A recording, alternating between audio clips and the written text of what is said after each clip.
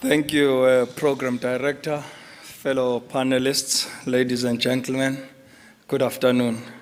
Perhaps I'll save you some time and just make it very short and simple. Bantustans never worked for South Africa and its apartheid regime. Bantustans will never work for apartheid Israel. Pre-1652, South Africa was 100% owned by the vast black majority, from its traditional natives, if you call it, or tribes, the San, the Khoi, the Bantu-speaking nations, the Tswanas. It was our land. In 1652, with the arrival of Jan van Riebeeck, started land grabs. And we saw systematic killings of our people from the San and the Khoi. A ship docked in the Western Cape, in the current place called Cape Town, with smallpox, killing 90% of the population of the Khoi and the San. And those that remained fled to the Kalahari Desert. We continued for 350 years of colonialism, seeing the vast majority of black South Africans being killed, being forced off their land, and pushed to homeland reserves. When the Union Government of South Africa was established in 1910, the entire black majority was totally expelled from white South Africa. The notorious Land Act of 1913 ensured that what had been done for 350 years of colonialism was legislated, and blacks were forced to a mere 7% of land in South Africa.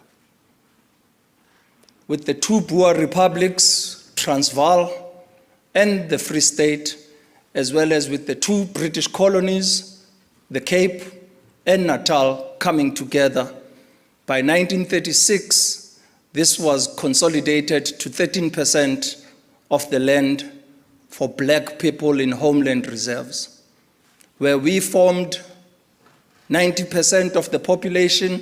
We were squeezed to a mere 13%, where a 12% of the population enjoyed 87% of the land.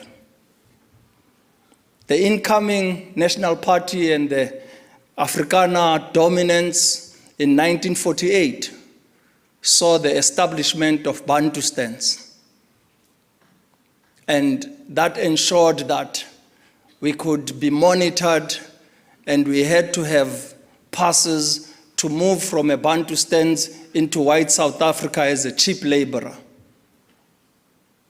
And South Africans stood in unity, fighting one of the most brutal regimes we have ever witnessed, the apartheid regime of South Africa. None of us ever imagined that we would realize freedom in our lifetime.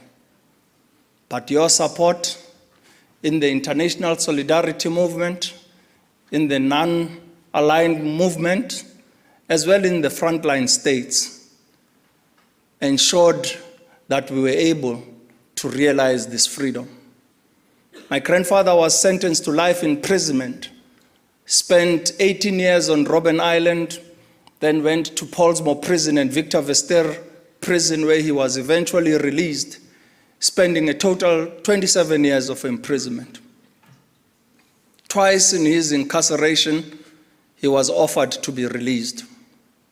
Mr. Mandela will release you on one condition, that you go back to your homeland reserve and the Bantustan of former Transkei. He rejected that without hesitation. They came back to him again. We say, Mr. Mandela, will release you on one condition, that you go back to your house in Soweto in a black township that was planned by the apartheid regime on its racial spatial planning.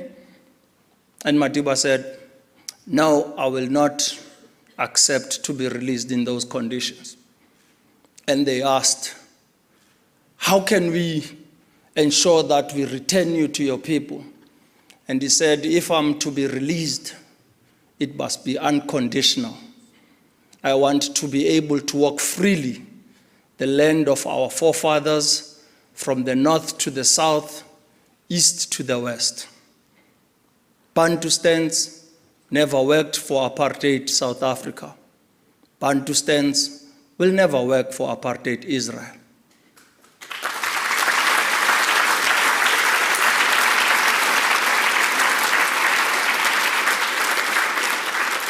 I stand here before you today as a free South Africa, enjoying equal rights, justice, and human rights for all on our land, regardless of the color of the pigment of your skin.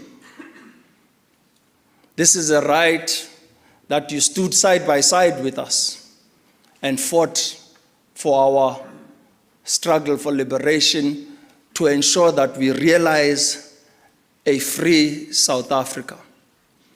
To every South African that is truly rooted to that past, as a descendant of Nelson Zwelivelile Mandela, and as a South African, I can never look to the Palestinians and say, what we didn't accept, you must accept.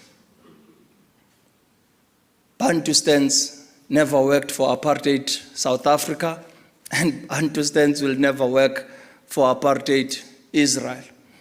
I say this because South Africa we have today, we were unable to win in 1994, was only able to dismantle the apartheid legacy legislatively. Today, I have been appointed to chair the Portfolio Committee in Parliament of Agriculture, Land Reform, as well as Rural Development. And the land issue is staring us in the face, because a vast majority of South African land still remains in the hands of a few. 25 years later into our democracy, we're still grappling with the apartheid legacy. And therefore, I want to call on to the international community to truly assess what you say and what you mean by a two-state solution. Palestinians are reduced to only 12% of the land of their birthright, land of their forefathers, land that has seen Palestinians thrive for generations. This doesn't impress me at all.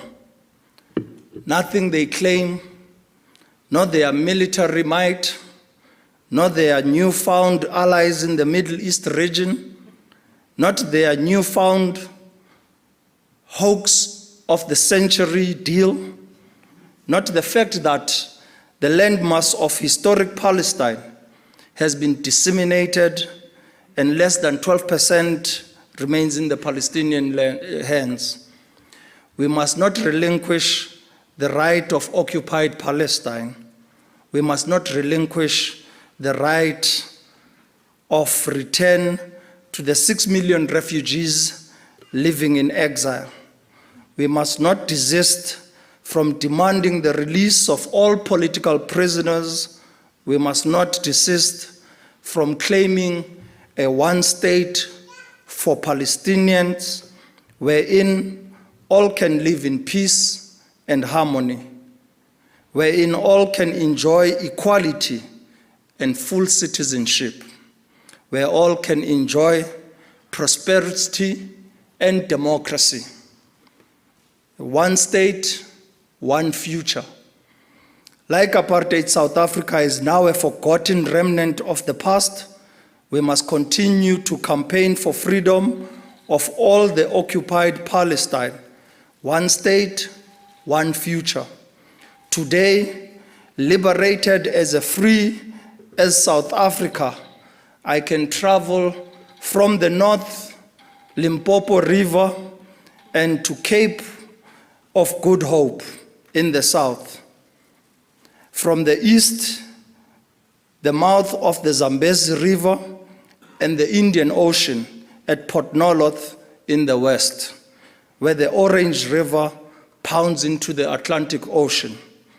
Only when we can likewise travel free from the north to east, or from the north to south and east to west in Palestine, we know that we have arrived at a future, and this is the future we can all dream about, and it is a future we can indeed achieve in our lifetime. I thank you.